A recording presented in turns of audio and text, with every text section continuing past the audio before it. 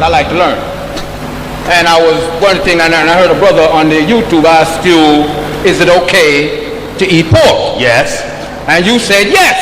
Yes. Very proudly yes. Yes. Eat anything. God made nothing unclean. All right. Bless it and eat it. That's right. what I've been growing up. That's what I was raised to teach myself. But the Bible tells me. Yes.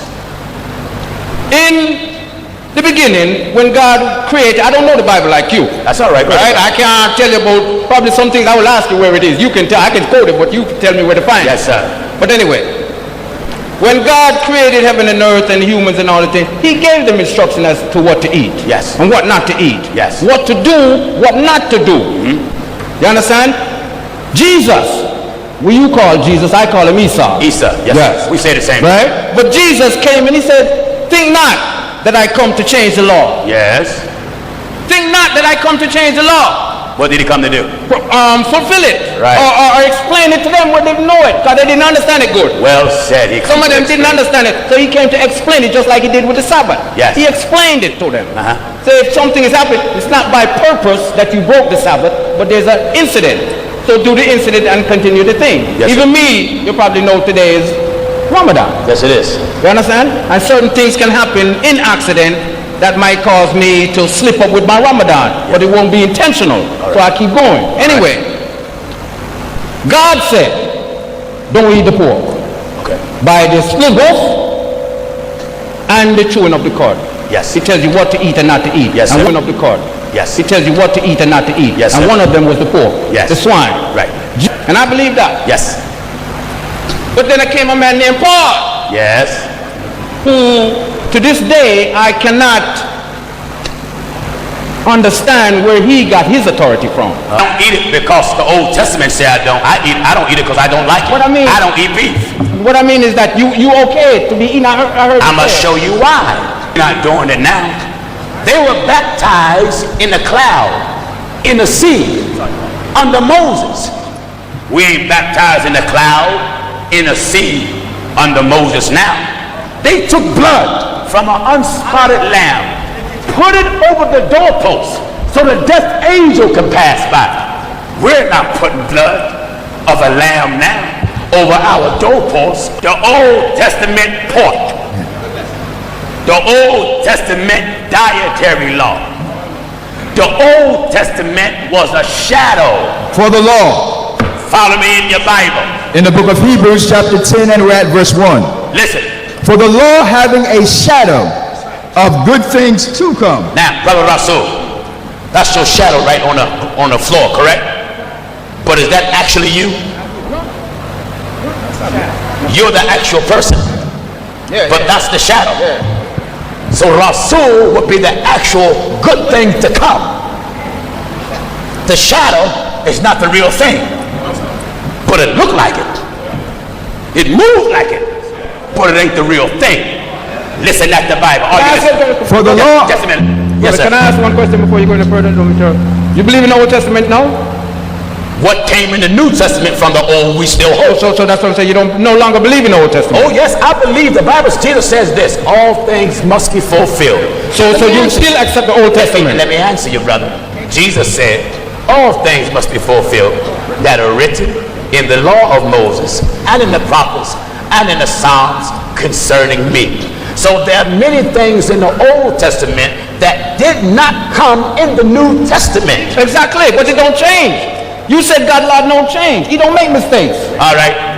God don't change. And he don't make mistakes. Let me finish. God don't change, but God changed things.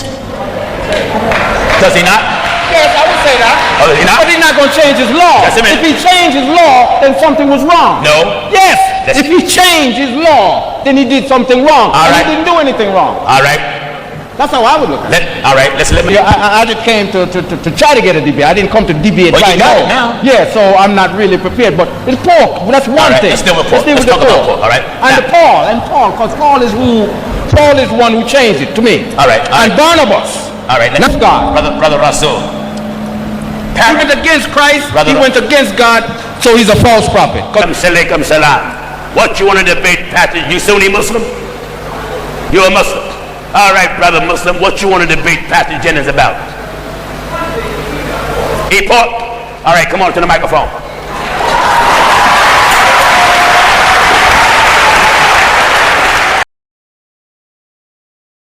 Shalom, shalom, Israel. First and foremost, I want to give all honor, glory, and praise unto YAHAWAH, BaHashem, YAHAWASHI, BaHashem, RICANS, double honor to the elders and apostles of Great Millstone. Shalom to my YAHAWAH who are diligently waiting to be delivered from this final captivity, as well as a speckled bird that may look like the other nations, but are actually Yasharala. This brother Kawakab coming at you with another lesson. Right quick, I just kind of want to point out that this dude, this Jake, this Muslim that went up to him, he was just so nervous. He just did not, he very clearly, he said he wanted to debate. And there's a reason why the brother showed it to you after, because he was basically saying, oh, I don't want to debate. I didn't come to debate right now. I'm not ready to debate. And then immediately after, he showed what happened prior, like what happened before. How did he get up there to begin with? And then he was saying, oh, I want to debate you. Let me debate you, this, and the third. And then now all of a sudden, oh, he's not ready yet. He's not ready to debate. Oh my God, bear with me one moment.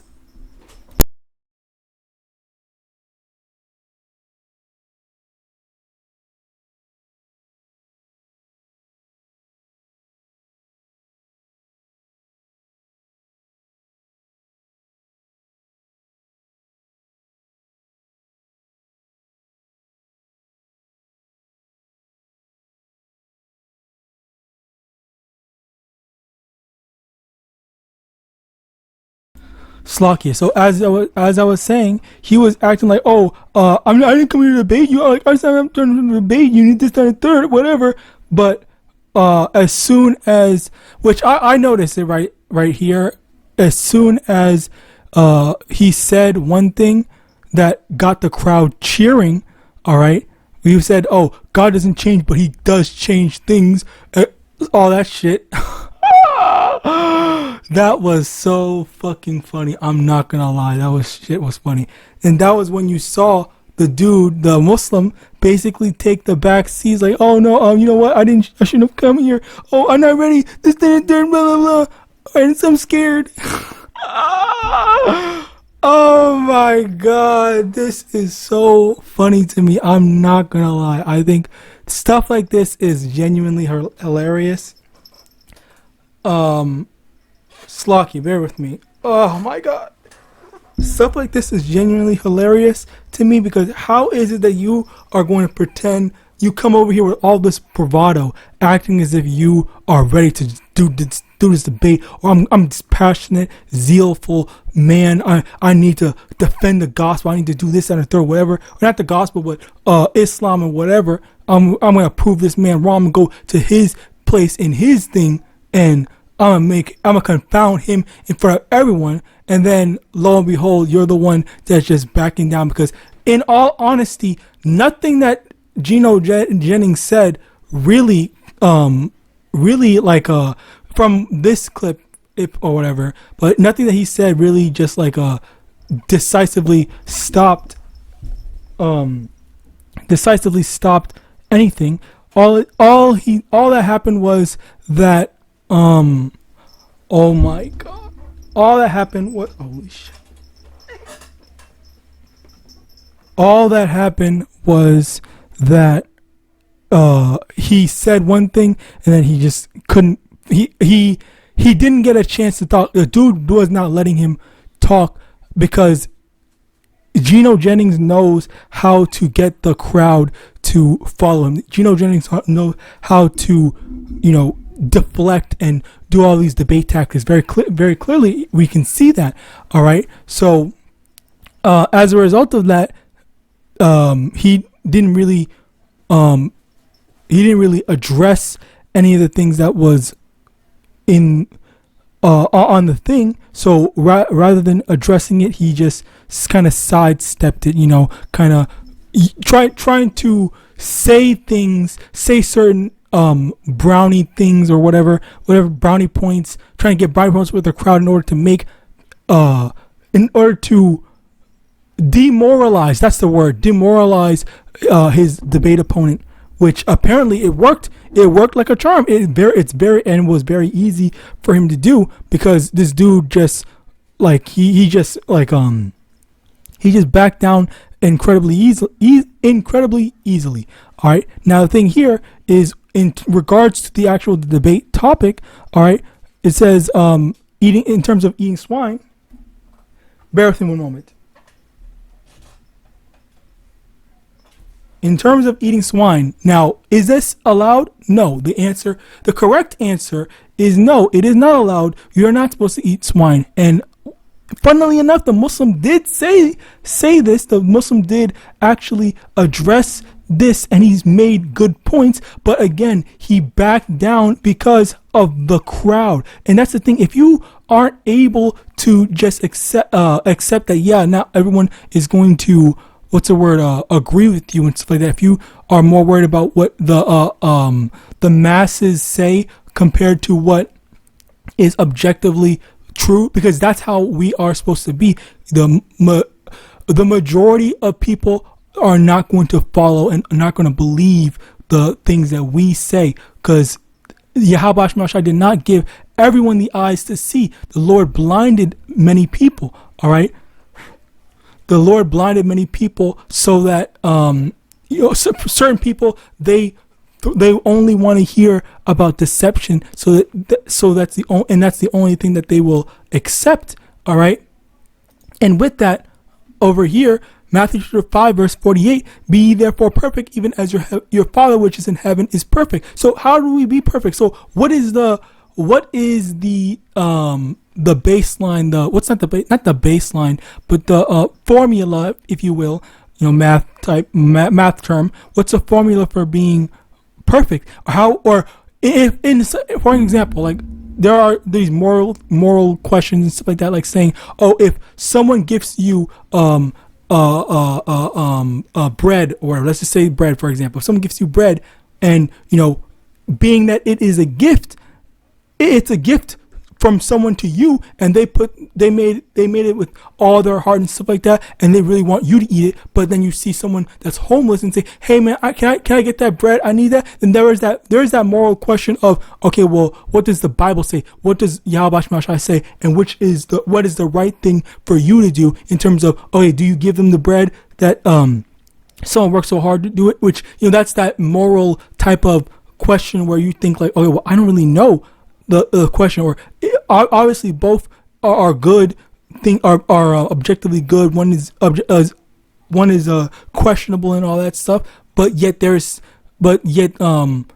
you get the answer not from your own decision making skills, but through what does YAHAWASHI says, which to basically come to a conclusion, we understand that through YAHAWASHI's word, through the Bible, through the scriptures, then we are able to come to the conclusion like, okay, so yes, we do this because YAHAWASHI said to do that, or we make the decision through this because this is what the Lord said. All right, and this is how we come to our conclusion. This is how we get our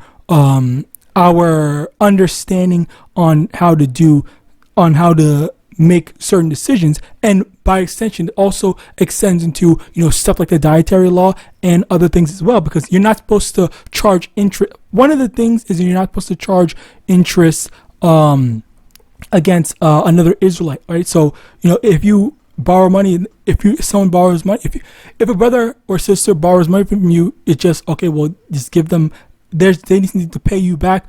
If you lend them $100 and they can give you back 100, that's where it's supposed to be. It's not supposed to be 120 interest or whatever interest and stuff like that, or whatever interest that someone might charge and whatnot. All right, it is simply a matter of this. It's just a flat rate, flat this and that and third, where Esau charges interest because he wants us in perpetual debt, in perpetual poverty. All right, he never wants us to, which is why this is a credit-based system. All right.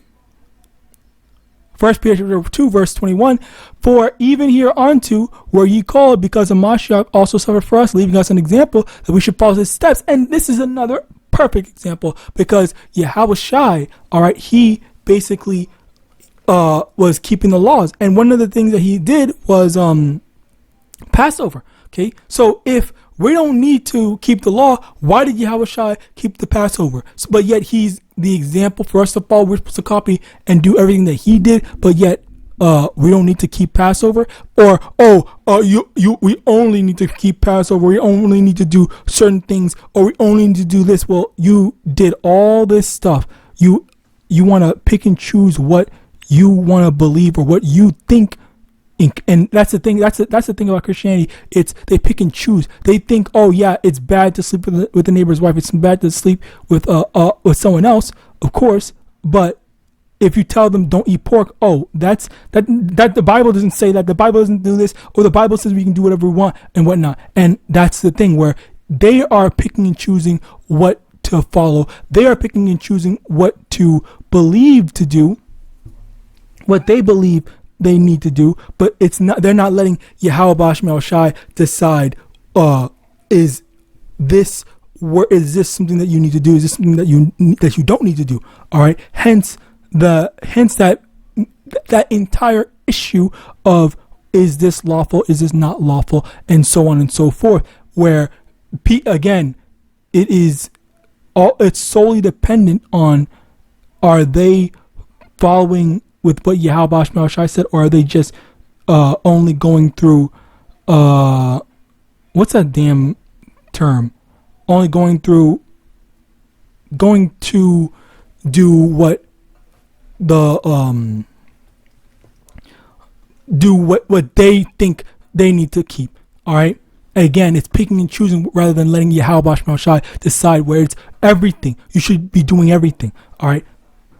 If sleeping with your neighbor's wife is a sin, if that's a sin of lust, and of course there's other sins as well that you're pretending that doesn't exist. So John 14:15, if you love me, keep my commandments. And this is another thing where, again, if you love Yahawadah, if you love Yahawashi, then it should be easy to do, because even with Yahawashi, what he did, he radicalized the law. He said that yes, if you sleep with your neighbor's wife, that's wrong. But he said he took it a step further. He said if you even look so much as wanting to sleep with your neighbor's wife or whatever, then even then you've committed the sin in your heart. Where he radicalized the law. Or he says that you better not even look so much as look at another man's wife, or else then you've committed the sin.